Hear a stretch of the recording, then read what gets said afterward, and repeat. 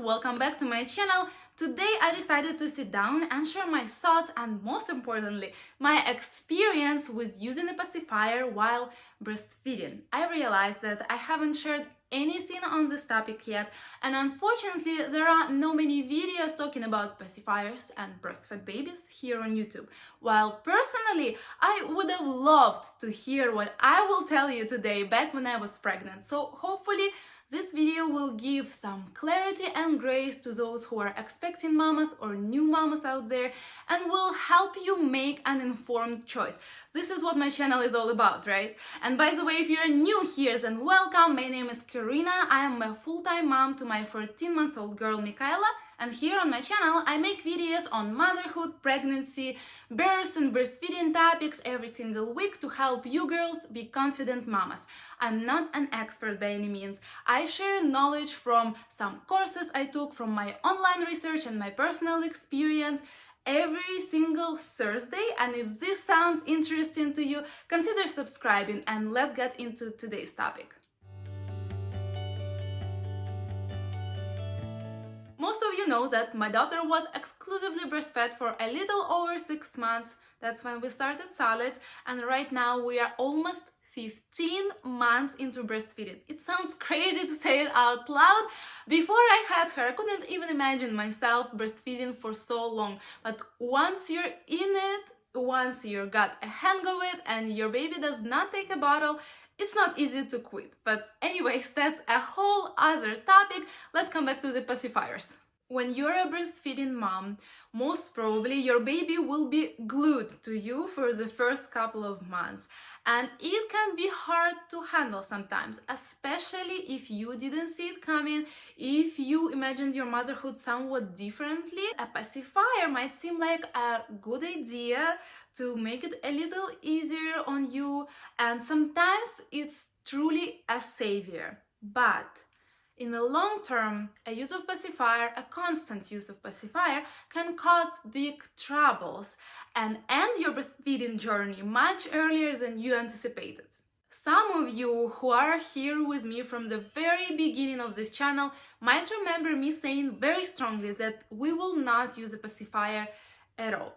So first, let me share those reasons that made me have this mindset on pacifier, and then I will tell you what happened in reality. The first reason to avoid the use of pacifier is to avoid nipple confusion. Chances are you heard about this term before. It's really simple. The baby uses a completely different technique while sucking a pacifier or a bottle comparing to sucking a breast. And chances of getting a nipple confused baby are about 50%, which I consider pretty high for a woman who wants to exclusively breastfeed. Using a bottle or a pacifier is risky because 50% chance is a big chance. And I heard this example in a different YouTube video the other day. It's actually a very good video to watch if you want to go deeper in this topic. It's all about research on pacifiers. I will have it linked below. So the example is this. If, for instance, you want to learn to play baseball, will it be useful to use a football instead of baseball half of the time when you practice? Probably not. When you try to learn a new skill, you need to concentrate on this specific one skill for a while and don't get distracted with nothing else. And what do we concentrate the most during about first months of baby's life? Is to learn them to latch correctly on the breast. Second reason to avoid the use of pacifier is to establish a good milk supply, especially in the beginning, because the baby is the one who helps to regulate and adjust your milk supply. And if your baby is sucking on the pacifier half of the time, it will definitely mess with your supply. Well, most probably, I would say, because some women have like extra oversupply. Maybe for them it will be fine, but most probably you will get a problem, very common problem. I don't have enough milk, my baby is not gaining weight. Then what happens? You start supplementing with formula instead of eliminating the use of pacifier. Very common story. And then what we have? We have exclusively formula fed baby. And a little disclaimer here, I'm not against formula feeding whatsoever. Sometimes it's helpful, sometimes it's absolutely necessary, But this video is for women who want to exclusively breastfeed and breastfeed successfully for long term. Also, it is especially important to let your baby cluster feed as much as he or she wants to during growth spurts. And most of the new moms have no clue about what a growth spurt is and when it happens. I have a whole separate video about how to survive a growth spurt, what a growth spurt is, and how it's connected to your milk supply. So I will have it linked up here and in the description below. Definitely check it out after this video is done. And here is the deal. If you will try to introduce a pacifier to about a 2-month-old baby when your milk supply is established and the baby passed about 2 growth spurts, your baby, exclusively breastfed baby, will probably not take a pacifier. Here comes the most interesting part. What happened in reality, how my expectations went down the drain, my experience, my mistakes, and what I believe now after having a baby. Because Michaela spent a few days in NICU, she was introduced to a pacifier and a bottle before she first latched to my breast. Again, I have a couple of videos all about our NICU story, how I jump-started my lactation when she was not able to eat on her own, how we switched from supplementing with formula and using the bottle and the pacifier in NICU to exclusively breastfeeding. I will have those videos up here and in the description. So obviously everything went very unexpectedly, and I was really shocked with everything, going from no pacifier never to pacifier the first thing she had in her mouth. You know, it was really hard, but I was really strong after we got discharged, and I said no pacifier, no more, breast only. The problem was that she was already sucking breast like a pacifier. She was kind of nipple confused. My lactation consultant and I, we were working on improving her latch. It took us a long time. I was in so much pain. I knew that every time I would use a pacifier, it would take me a step back. But I came to realize that there are times in life when you absolutely need a pacifier. Car rides, first of all. Sometimes you get lucky and your newborn sleeps the whole ride. But what if your newborn is awake? He or she constantly wants to be held or nursed, neither of which is allowed in the car, because you just cannot take your newborn or a baby or a kid out of car seat while you're driving, or even if somebody else is driving and you're in the back, it's unsafe to take them out, and you're not always able to stop in the middle of highway, for example. What you gonna do?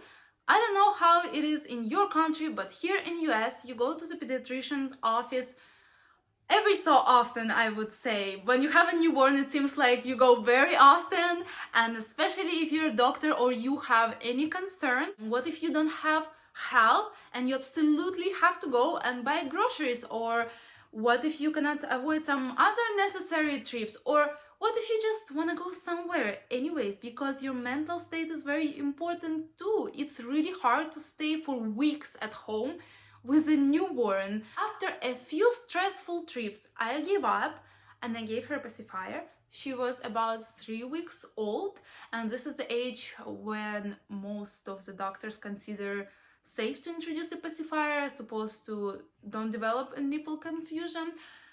And you know what? This was the best decision I've made. One of the best decisions I've made in my motherhood.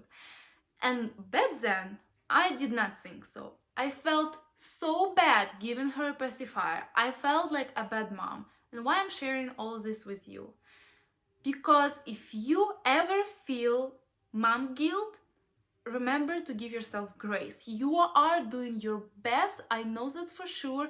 You are the best mom your baby could ever have. You are your baby's mom, and that's the most important thing.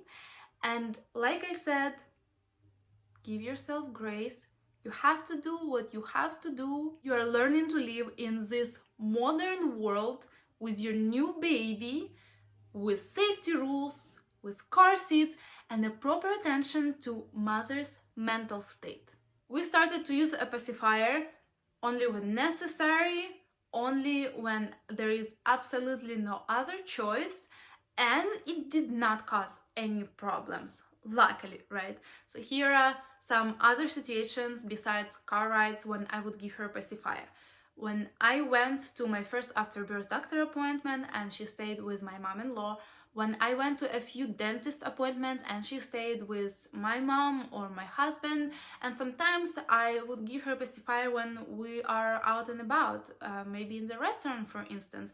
Back then, I was not comfortable breastfeeding in public, mostly because I did not get a hang of it yet and she needed help to latch. It was just very uncomfortable in public. I would give her a pacifier to soothe her a little bit, and then as soon as we get to the car, I would nurse her there. When she passed a newborn stage, I was still using a pacifier sometimes in the car, or if I would want to have a glass of wine and needed to wait a certain time to breastfeed her again, but that did not work too long. At about 5 months of age, she did not suck on it anymore. She would play with it, bite on it maybe, but she did not get soothed by it, and it just no longer worked.